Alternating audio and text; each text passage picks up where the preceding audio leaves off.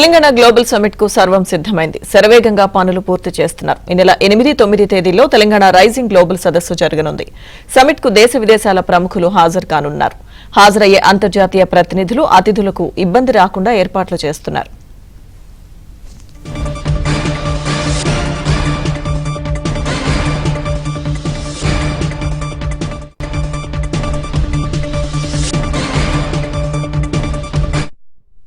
Telangana global summit కు సర్వం సిద్దమైంది. ఏర్పాట్లకు సంబంధించిన పూర్తి సమాచారం మా ప్రతినిధి నర్సింగ్రావు అందిస్తారు. నర్సింగ్రావు,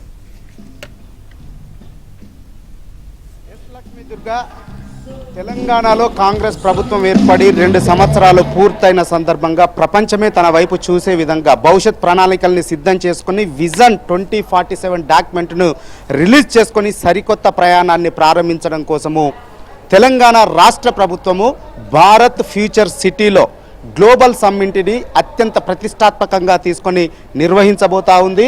అందుకు సంబంధించి 100 ఎకరాల్లో భారత్ ఫ్యూచర్ సిటీలో ఏర్పాట్లను చేస్తుంది. ఆ ఏర్పాట్లకు సంబంధించినటువంటి పనులన్నీ కూడా శరవేగంగా జరుగుతూ ఉన్నాయి. మరొక 24 గంటల్లోనే ఈ పనులన్నీ కూడా పూర్తి కాబోతున్నాయి. ప్రస్తుతం మనం గ్లోబల్ సమ్మిట్ నిర్వహించేటువంటి ప్రధాన వేదిక వద్ద ఉన్నాము. దాదాపుగా భారత్ ఫ్యూచర్ సిటీలో 100 ఎకరాల విస్తీర్ణంలో ఈ గ్లోబల్ సమ్మిట్ నిర్వహణ కోసం ఏర్పాట్లు చేస్తూ ఉన్నారు. అందులో భాగంగా 2 ప్రధానమైనటువంటి వేదికల్ని ఏర్పాటు చేశారు. ప్రస్తుతం మనము ప్రధాన వేదిక వద్ద ఉన్నాము. ఈ ప్రధాన వేదికపై నుంచే ఈ గ్లోబల్ సమ్మిట్ని లాంచ్ చేయబోతా ఉన్నారు. 8వ తేదీన 9వ తేదీన 2 రోజుల పాటు ఈ గ్లోబల్ సమ్మిట్ నిర్వహించబోతా ఉన్నారు. 8వ తేదీన ఇక్కడి నుంచి ఇనాగ్రేషన్ సెషను ఈ వేదిక నుంచే లాంచ్ చేయబోతా ఉన్నారు. సో ఇందులో దాదాపుగా 2000 మంది అతిథులు, ఆహ్వానితులు, అదేవిధంగా హాజరయ్యేటువంటి వాళ్ళందరినీ కూడా కూర్చునే విధంగా ఈ ప్రధాన హాల్ను ఇక్కడ ఏర్పాటు చేస్తూ ఉన్నారు. వలయాకారంలో 100 ఎకరాల విస్తీర్ణంలో ఈ సమ్మిట్ కోసము ఏర్పాట్లను చేస్తూ ఉన్నారు. ఇందులో 2 ప్రధానమైనటువంటి వేదికల్ని సిద్ధం చేశారు. ఇది ప్రస్తుతం మనం ప్రధానమైనటువంటి వేదిక. ఇక్కడ ఏ కార్యక్రమాలు ఉన్నా కానీ ఇక్కడే కూర్చునే విధంగా హాజరయ్యేటువంటి వాళ్ళందరూ కూడా ఒక చోట గ్యాదర్ అయ్యే విధంగా ఈ ప్రధాన వేదికను సిద్ధం చేశారు. ఈ ప్రధాన వేదికకు పక్కనే ఎడమ వైపున మరొక వేదికను సిద్ధం చేశారు. ఇది ఎగ్జిబిట్ వేదిక. ఇక్కడ ప్రపంచంలోని వివిధ సంస్థలు, వివిధ వ్యాపార సంస్థలన్నీ కూడా తమ ఎగ్జిబిట్స్ని ప్రదర్శించే విధంగా ఇందులో ఏర్పాటు చేయబోతా ఉన్నారు. ప్రస్తుతం మనము ప్రధాన వేదిక నుంచి దానికి ఎడమ వైపున ఉన్నటువంటి మరొక వేదికలకు కూడా వెళ్ళి చూపించేటువంటి ప్రయత్నం చేద్దాము.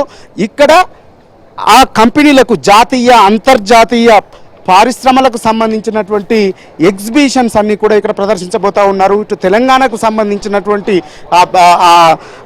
ప్రముఖమైనటువంటి నిర్ణయాలు, మూసిని డెవలప్ చేయాలనేటువంటి నిర్ణయాన్ని తీసుకున్నారు. ఉదాహరణకి ఆ మూసిని ఏ విధంగా డెవలప్ చేయబోతున్నారు అనేటువంటి విషయాలను కూడా ఎగ్జిబిట్ చేస్తూ ఇక్కడ ప్రత్యేకమైనటువంటి ఎవరికి వారుగా ఇక్కడ ఛాంబర్లను, ఎగ్జిబిషన్స్ని ఏర్పాటు చేశారు. దాదాపుగా ఇందులో 47 ఎగ్జిబిషన్స్, 47 జాతీయ, అంతర్జాతీయ సంస్థలు తమ ఎగ్జిబిషన్ను ప్రదర్శించే విధంగా ఏర్పాట్లను చేస్తూ ఉన్నారు. అందుకు సంబంధించినటువంటి పనులు కూడా శరవేగంగా జరుగుతున్నాయి, అత్యంత వేగంగా జరుగుతూ ఉన్నాయి. అక్కడ మనం చూడొచ్చు ఇందిరా మహిళా శక్తి, ఉమెన్ ఎంపవర్మెంట్కు సంబంధించినటువంటి స్టాల్ ఇప్పటికే పూర్తయిపోయింది. ఈ విధంగా 45 స్టాళ్లను ఇక్కడ ఏర్పాటు చేస్తూ ఉన్నారు. మూసికి సంబంధించినటువంటి స్టాల్ ఉంటుంది, ఇందిరా మహిళా శక్తి ఉమెన్ ఎంపవర్మెంట్కు సంబంధించినటువంటి స్టాల్ ఉంటుంది. అదేవిధంగా అటు ఈఎంఆర్కు సంబంధించినటువంటి స్టాల్ ఉంటుంది, మూసి డెవలప్మెంట్కు సంబంధించినటువంటి స్టాల్ ఉంటుంది. దీంతో పాటుగా జాతీయ, అంతర్జాతీయ సంస్థలకు సంబంధించినటువంటి స్టాల్స్ కూడా ఉంటాయి. సో ఈ 2 ప్రధానమైనటువంటి వేదికలు పక్కపక్కనే ఉంటాయి. ఇక ఈ వేదికలకు ఎడమ వైపున 3 లాంజుల్ని, అదేవిధంగా కుడి వైపున మరొక 3 లాంజుల్ని ఏర్పాటు చేశారు. సో ఈ లాంజుల్లో వేదికకి కుడివైపున ఉన్నటువంటి ఏర్పాటు చేసినటువంటి 3 లాంజుల్లో బ్రేకప్ సెషన్స్ ఉంటాయి. ఇక్కడ వివిధ అంశాలపైన ఆయా రంగాలలో నిపుణులతోటి చర్చల్ని నిర్వహిస్తారు. సో ఇక్కడికి హాజరైనటువంటి వారు ఏ రంగం మీద ఆసక్తి ఉంటే ఆ రంగం మీద జరుగుతున్నటువంటి చర్చల్లో పార్టిసిపేట్ చేయడానికి అవకాశాన్ని కల్పిస్తూ ఉన్నారు. వీటిని బ్రేకప్ సెషన్స్ మొదటి రోజు అదేవిధంగా రెండవ రోజు 2 రోజులు కూడా ఈ బ్రేకప్ సెషన్స్ ఈ కుడివైపు ఉన్నటువంటి లాంజుల్లో ఏర్పాటు చేశారు. సో ఇవన్నీ కూడా 2 రోజుల పాటు జరుగుతాయి. అదేవిధంగా ఎడమ వైపు మరొక 3 లాంజులను ఏర్పాటు చేశారు. ఈ 3 లాంజుల్లో 2 హాజరయ్యేటువంటి అతిథులు ఎవరైతే ఉన్నారో వారికి డిన్నర్ కోసం లంచ్ కోసము ఒక 2 లాంజులను ఏర్పాటు చేశారు. అదేవిధంగా మరొక లాంజ్ ఏమో విఐపీలకి లంచ్ కోసము మరొక లాంజ్ను ఏర్పాటు చేశారు. ఇక ముఖ్యమంత్రి కోసము ఒక క్యాంపు కార్యాలయాన్ని ఇక్కడ ఏర్పాటు చేశారు. ముఖ్యమంత్రి కార్యాలయం పక్కనే మరొక లాంజ్ను ఏర్పాటు చేశారు.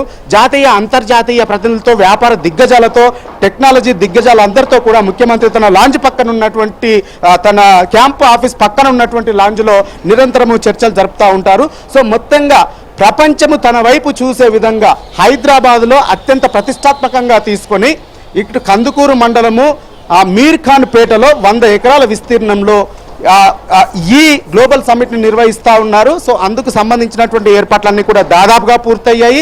ఈ సమ్మిట్ జరిగేటువంటి ప్రాంగణానికి అనుసంధానం చేస్తూ రోడ్ల నిర్మాణం అంతా కూడా పూర్తయిపోయింది. సో ప్రముఖుల హాజరు కావడానికి, అంతర్జాతీయ ప్రముఖులు హాజరు కావడానికి హెలికాప్టర్లో రావడానికి వీలుగా 3 హెలిప్యాడ్లను కూడా ఇక్కడ సిద్ధం చేశారు. సో ఆ హెలికాప్టర్ నుంచి ఇక్కడికి రావడానికి, అతిథులు రావడానికి ఎలక్ట్రిక్ బస్సుల్ని కూడా ఇక్కడ ఏర్పాటు చేశారు. సో మొత్తానికి ఎంతో ప్రతిష్టాత్మకంగా తీసుకొని నిర్వహిస్తున్నటువంటి ఈ గ్లోబల్ సమ్మిట్ కు సంబంధించినటువంటి ఏర్పాట్లన్నీ కూడా దాదాపుగా పూర్తి కావచ్చాయి. రైట్.